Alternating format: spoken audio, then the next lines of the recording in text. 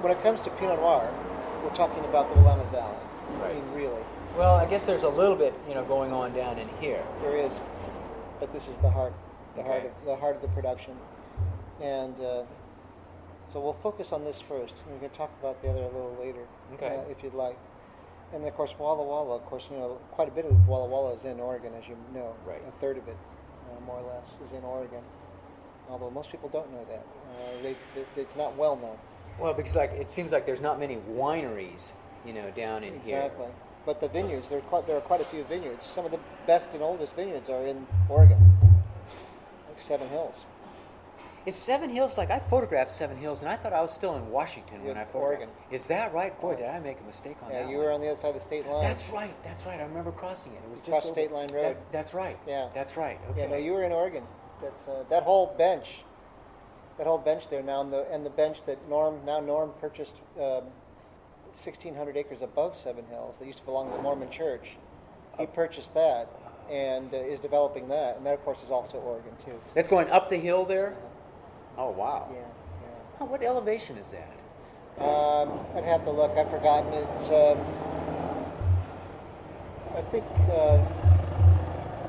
I think that Seven Hills is around 1,200.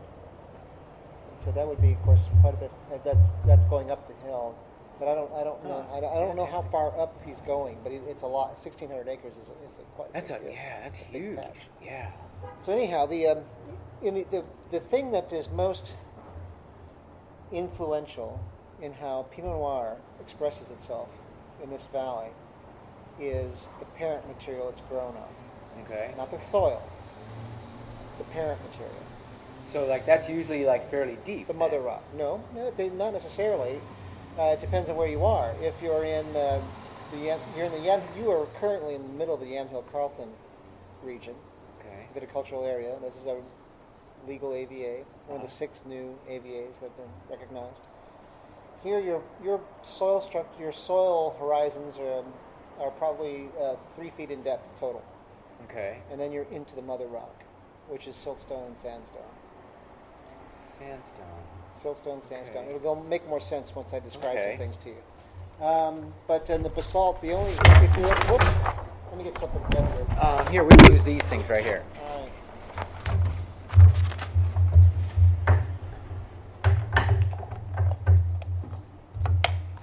There, put my notes there. Yeah. So, there you go. Let's see if that works.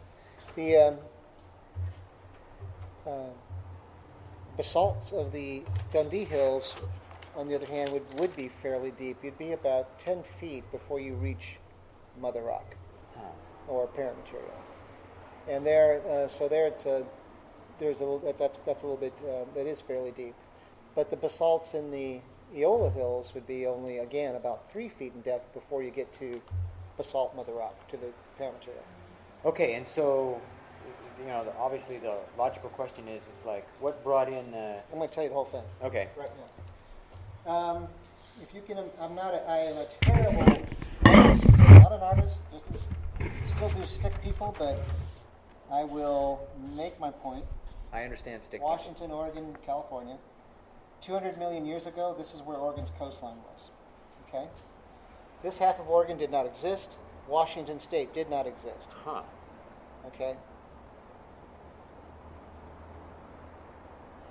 And you say that was about 2 million years ago? 200. 200. million.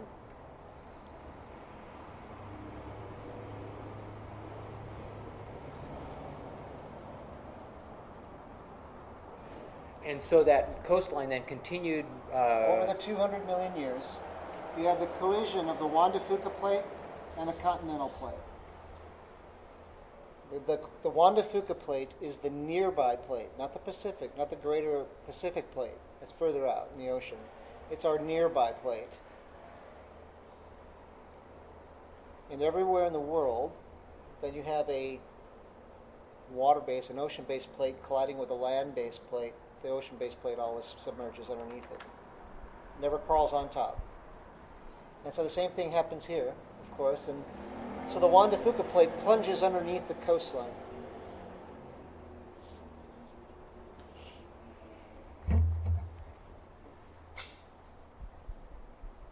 As it does so, the mother rock of the plate plunges on down at about a 45-degree angle and continues underneath. But the soft sediments on the ocean bed floor get sheared off. Okay, as that plate goes underneath the coastline, those soft sediments on the ocean bed floor get sheared off and pillowed and added to coastline.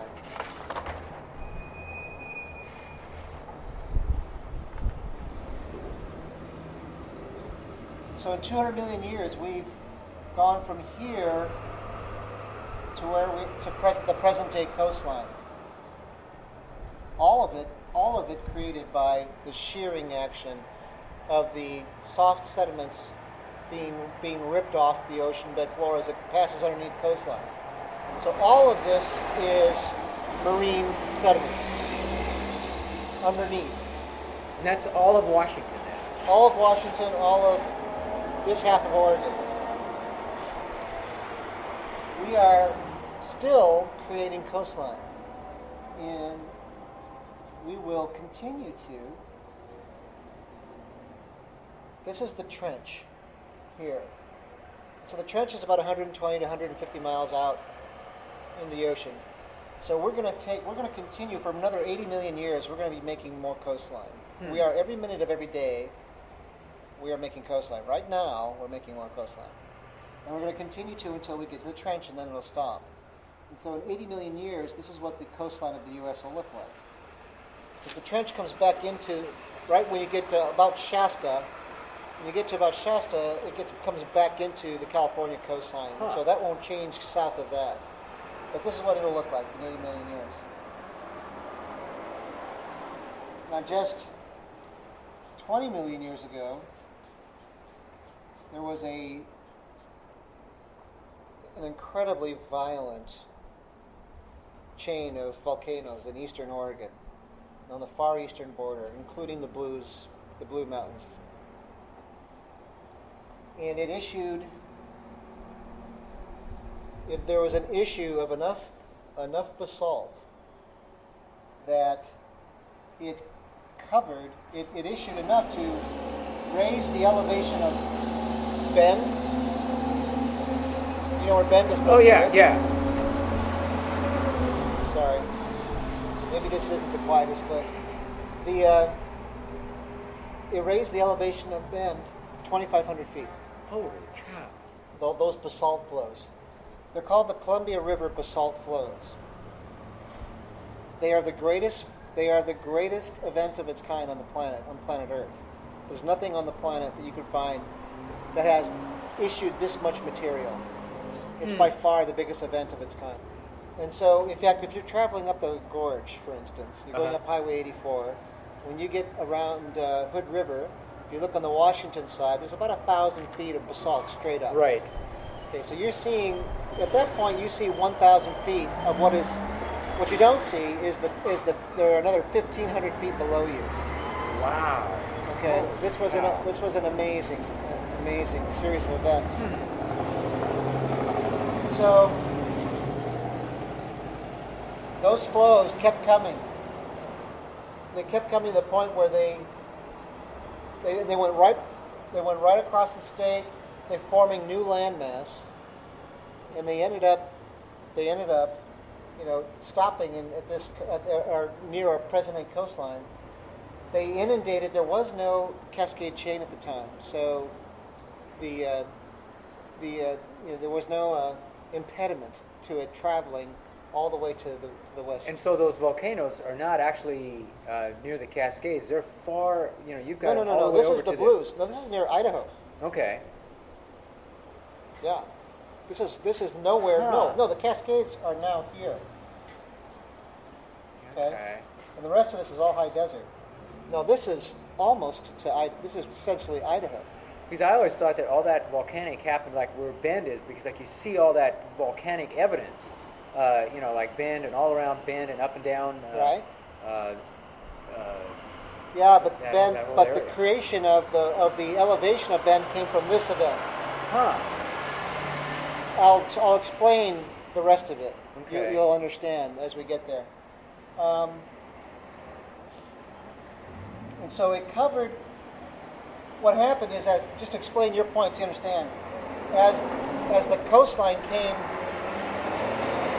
further west, the point at which the plate plunged underneath went west with it. Okay, as you create the landmass, well, then the plate plunges underneath wherever the landmass ends. So as we created more landmass, as we went further west, the plate would be going submerging further west. Yeah. The reason that matters is that... I should get my camera and take photographs of this, actually. The reason that matters is that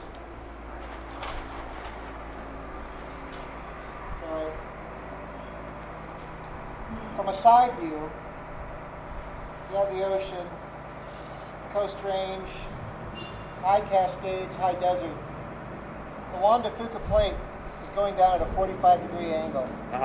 When it gets 60 miles below the surface of the Earth, there's enough heat and pressure for it to become plastic again. And it wants to rise under that pressure. So it comes back up, okay? Wherever that plate comes back up is the formation of a volcanic chain. Okay, so the Cascades, everything you know and love is the Cascades. From Mount Rainier to Shasta. Happening today, right now, this very moment. Erupting this very moment. And it's that... it's the Juan de Fuca plate. It's the Juan de Fuca plate coming back up, comes back up and forms the chain. So in the past, over these millions of years, as the coastline moved west, these volcanic chains followed it. Okay, all the way along the way to where we are today. And so that's why you have a series of different volcanic chains through the state. So you've got the Sisters, Mount Bachelor, so on, Blackview. Yeah. Okay. That's why you have some stuff going on. But the same chain, like the North Cascades up in Washington. Yeah. That's all the same chain. It's all the same chain. It's all the plate. Yeah. Coming back up, all the way down to Shasta and Lassen. Shasta and Lassen are part of it as well. So it's this entire chain. And that's the plate coming back up. See, what happens is normally it doesn't surface. Normally the material rises but never surfaces, and it just superheats in chambers underground. It brings native material to it and then forms glass. These superheated conditions of the rising of that magma, and when it doesn't surface, there's so much heat involved that it grabs native material and then forms glass, and that glass can be in the form of quartz or granite or whatever. Okay, this is why we don't have any glass here. Okay, because this event is far east of us. Now, someday, when the coastline, as we make more coastline, someday the coastline will be here. And the Juan de Fuca plate will be coming up here, where we are. And then there will be glass here, big time. But right now, all we have here is sandstone and siltstone. The little bit of glass we have here came from the Missoula Floods, which is almost a non-event compared to what really has happened here. And so, this covering, this mantle of basalt, covered us in about 1,000 feet of basalt here, in this area. And since then, this flooding is, again, essentially 20 million years ago. Since then, there really hasn't been anything like an event like that, of course. So the mantle has been weathering and eroding, and there have been some events that have hastened that erosion, like the Missoula Floods. But it's over these 20 million years, that covering has largely gone away, and so we're back to now there are just pieces of that mantle. Good breeze going. Yeah. I'm gonna get something super heavy. It feels good. Yeah. I'm going to run and get my camera if that's all right. Sure.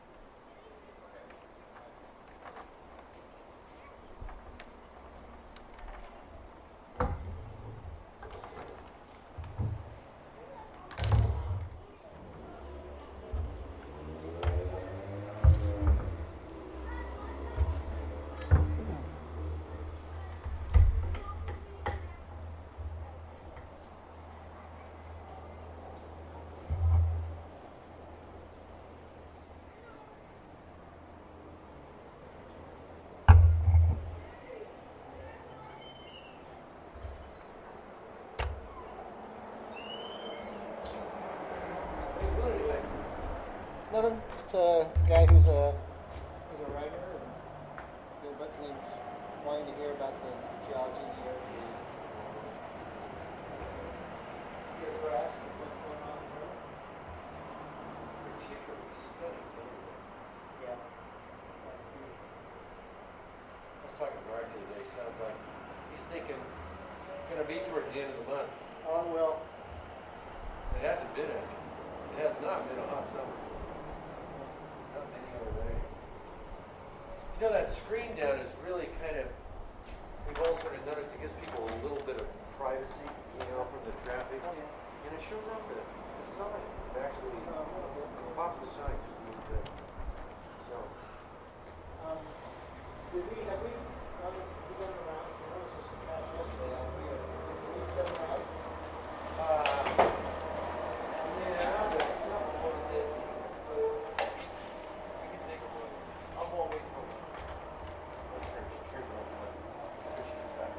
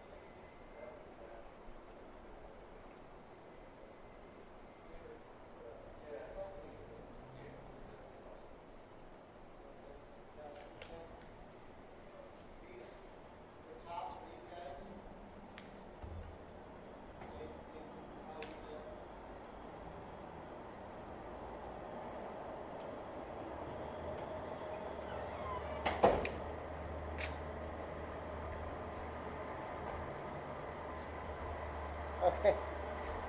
It doesn't probably. It's not going to make much sense probably the way it is now. Actually, what it does, I should have taken it all along as you were doing it, but what it does, though, is it reminds me Sure. of what you were talking about. Sure. Okay. So, unfortunately, we're here at sea level, but and so I can't point out to you. But if we were just a smidge higher, I could point out the Dundee Hills, the Eola Hills, that are Okay. south of us, Right. the Chehalem Ridge. Okay. And those are all like those wrinkles from that sublimation, or No, those are the flood. Oh, those are the flood. Those are pieces of the flood that remain. Ah, okay. There are pieces of the mantle. The mantle, the flooding of basalt that was over the marine sediments, okay, largely has eroded, but not totally. What remains would be those areas I just mentioned. Okay, they are what remains of the flood. They're not from volcanic activity. Never has been. Okay. They're the remainder of a flooding from 20 million years ago. Okay, and that's the Missoula flood then. No. No. This is the volcanic flooding that took place. Oh, okay. The volcanic flooding from eastern Oregon. The Missoula floods were from Canada. Right. These floodings were from this chain right here. Okay, so we're talking lava flooding then. Yes. Okay. Okay. Yes. Okay. Yes. And so the Missoula floods were created the scablands here in Washington. They just wiped this area clean and removed almost all the features of the area. And when they cut the gorge deeply, and then when they hit the West Hills of Portland, they smacked up against the West Hills of Portland and had nowhere to go but kind of south into the valley. and which they did. So they came into the Willamette Valley and then breached at about generally about 300 to 400 feet, and then receded. That activity took place over thousands of years. It was about 12 to 14,000 years ago, and it took place a number of times during the Ice Age.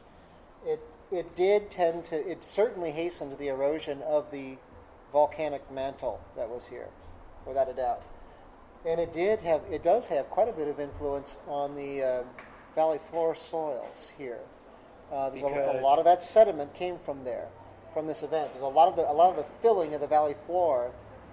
Soils that you have there are in large part due to the Missoula Floods.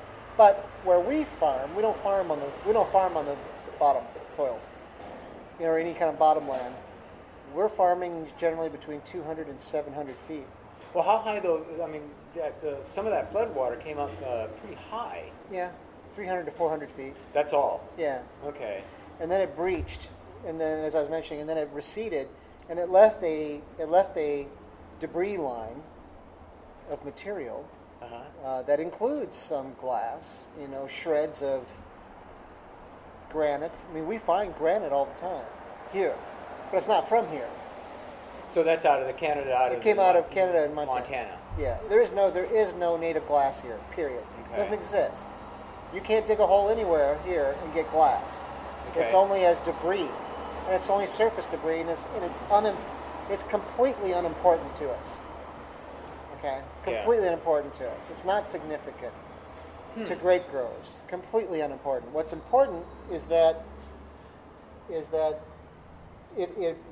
there's been this erosion of the basaltic layer, leaving essentially basalt islands surrounded by low hills of exposed sedimentary soils and mother rock. The reason we care about it is that Pinot Noir, like no other grape, Pinot Noir by far more than any other grape expresses its location and site with incredible breadth and depth. No other grape variety is as influenced by the site in which it's grown. Well, not even close. I'm kind of curious. Is like, what is it about like that plant and the fruit that? Because it doesn't. Well, number one, it doesn't have an overriding varietal, dominant varietal character. It's not grassy like Sauvignon Blanc. It's not, it's not this. It's not floral like Viognier. It is essentially a blank slate. Huh. And so all of the attributes you see, aromatically, in flavor, textural qualities, it's all about the place in which it's grown. That's what it's all about. And so it is a tremendous vehicle to describe place and location. Yeah. And so what this means to us growing Pinot Noir here is that we know that basalt, when you grow Pinot Noir in basalt, it tends to be very fruits focused. So now, if I wanted to go out and take a photograph of like like this basaltic influence, where would you suggest would be the best place? Maybe it probably is an aerial kind of a photograph. Where would you suggest to? Well, all three areas, have there are possibilities in all three. I think that the Dundee Hills and the Old Hills. I think the one spot that can be really good. It depends upon the time of year, but Kristen Vineyard. When you drive up their driveway, you are on sedimentary soil. And there's then an abrupt change where there's an abrupt rise in the Yola Hills at the backside of their property, and they have vineyards on both the flats there and going up, and you can see a distinctive soil change there. Huh. The sedimentary soils tend to be quite blonde. They're very, they're yellow, tan soils, quite blonde. There's a tremendous amount of sand in them, as you'd expect, ocean bed floor. So they're very, very sandy, extremely quick drying. I was going to say great drainage. But they're great drainage. And so, and their color is quite light. But the basalts, you'll see there's a much darker profile, getting as dark as this cobblestone floor you see around you. Quite a deepish iron red color. And so there at Christum, there depends upon how much moisture is in the soil, but often there's a really good contrast between the light soils that are sedimentary and that immediate beginning to the volcanics. Okay. I was at Bethel Heights. But I also have, we have, the other thing is that there are some great slides that we have that show both soils and what they look like in profile. And they're striking. They are very, it shows how incredibly obvious it is. One is juxtapositioned against. Well, they could be. We have two slides, different. Yeah. We have numbers of slides, and you could juxtapose them on a page, and people could see that it would be very obvious. Yeah. It's very important. So anyhow, you don't see in the basalts. You don't see a lot of floral qualities to the wine, a lot of spice qualities to the wine. It's all about fruit. Generally, it's all about fruit. Now, in the Dundee Hills, it's about red fruits. That tends to be strawberry, raspberry, cherry. When you get down into the Eola Hills, the profile is much darker. You're looking at blueberry, cassis, blackberry, black cherry. But it's all about fruit. So now, why, like in the Dundee, like that, like the Red Hills of Dundee, it's like what makes that soil more red than it is in other parts? Well, you can find areas of the Eola Hills that are just as red. Yeah, that's true. Yeah. You can find areas of the Eola Hills just as red. They just happen to be called the Red Hills. That's great marketing. Well, I don't know if it's great marketing. It's just what it is. It's its own area. To me, it's the weakest area of all the areas here. Is that right? Oh, by far. By far. Why is that? The soils are too deep. The soils are very deep, and what that means to us. We do take fruit from there. We enjoy the qualities there, but it's more of a risk. Because the soils are quite deep, they hold a lot of water. Their water holding capacity is far greater. They are more vigorous. They tend to be more vigorous sites, and so you run into the problem here in Oregon. When you're in a vigorous site, you're pushing the envelope of getting your fruit in before it rains, because the vine has two cycles every year. It has a vegetative cycle, where it's growing green tissue. It's creating a green wall, a photosynthetic engine. Okay. And then all of that, and it's happening right now, all of that stops. All green growth stops. The shoots stop growing, no more leaves, no more nothing. That stops completely, and the vine puts all of its resources into ripening fruit. Yeah. That's happening right now, actually. And if you're in an area where you have access, the vine has access to plenty of water, a lot of rooting depth, where there are fewer constraints on the plant, it tends to remain vegetative longer into the year. Okay, so it doesn't make that switch, that hormonal switch that needs to take place in the plant to get the fruit ripe, happens later in the Dundee Hills. And so your risk of being rained on is greater. And that, like the climate, the soil, the depth of the soil has more influence than, let's say, the climate. Well, the depth and type of soil. It's the type of soil. Okay. It's because in the basalts you have, particularly in Dundee Hills, those soils have a lot more clay than even the other basaltic areas. And so the more clay you have, the more water, the more tension there is between soil particles, the more you tend to hold water. It doesn't drain as well. There's more tension. Like surface tension. Yeah, surface tension between those grains of soil. And as a result, you hold more moisture. And so you have greater water retention, and again, you have more rooting depth, you have more soil to explore, and so they tend to be more vigorous, the vines do. So it's more, the only reason the Dundee Hills are well known is because they were there first. That's the only reason. Yeah. The only reason. And so then a guy like you, it's like you're thinning quite a bit there then, I'm assuming. Oh, I thin like mad. Well, I thin like mad. And we do a lot of other things. We do a lot of, thinning is one small part of what you do to try and get fruit. There's a million things you do to help achieve ripeness before those rains come. Not just thinning, but thinning is part of it.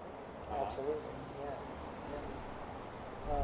So then, Pinot Noir, though, grown in the marine sediments, like this area, Yamhill Carlton or Ribbon Ridge, takes on a completely different set of characteristics. You start to then see a lot of floral and spice qualities. You see anise, clove, tobacco, fresh turned earth, cola, lavender, all sorts of qualities that you tobacco, and that you don't see in the volcanics. And it has nothing to do with the winemaker or the grower. It has to do it's that uptake of mineral from the mother rock, not the soil, but the mother rock. It's that the mineral is what gives precision and clarity and definition to the wines. Okay, it's the mother rock, not the soils. And so it's that whatever that mineral mix happens to be in a given site is what creates the identity of that site. And so you're saying in these other, like at Ribbon Ridge, the soil is actually relatively shallow. Well, usually 3 feet. And so the roots are actually penetrating that and hitting. Well, they go right through the mud. They go right through the siltstone and sandstone. See, the siltstone and sandstone, unlike basalt, these are much older soils. They're 55 million years old. And the silt and the sandstone. Silt and sandstone, that were created by that plate action, right? The grinding of that plate action. Right. And they have become, they're so old, and plus you have to remember you're dealing with large grain sizes with sand. It's a very large grain size. You know, all soil is made up of sand and silt and clay. They're defined by those grain sizes. That's how you define soils.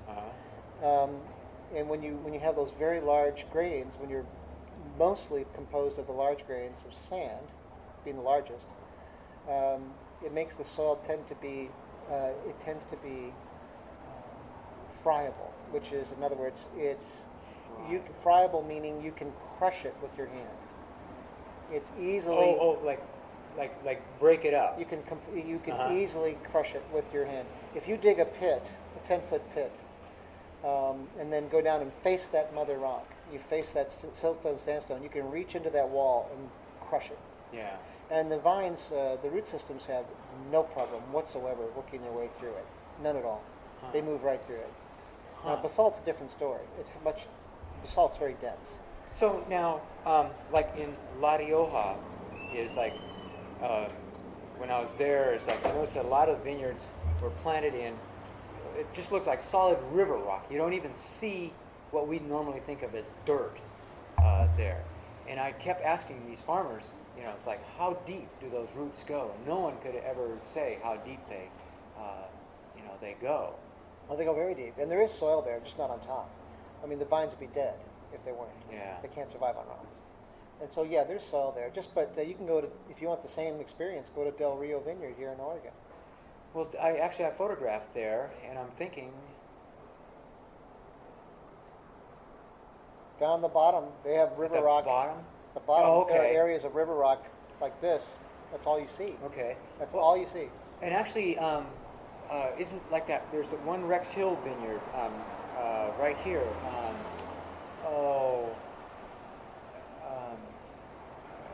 Gosh, I can't remember the name of the road. It's up above that.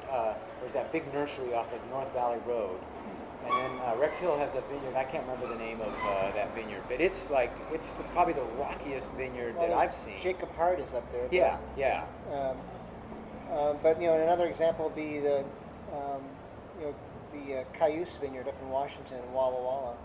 It's the same thing. It's all rock, all river rock. But there's soil below, believe me, because the vines would be dead otherwise. Yeah. There is definitely soil below. And believe me, the Rioja is the same. They have soil. They just yeah. But the vines are very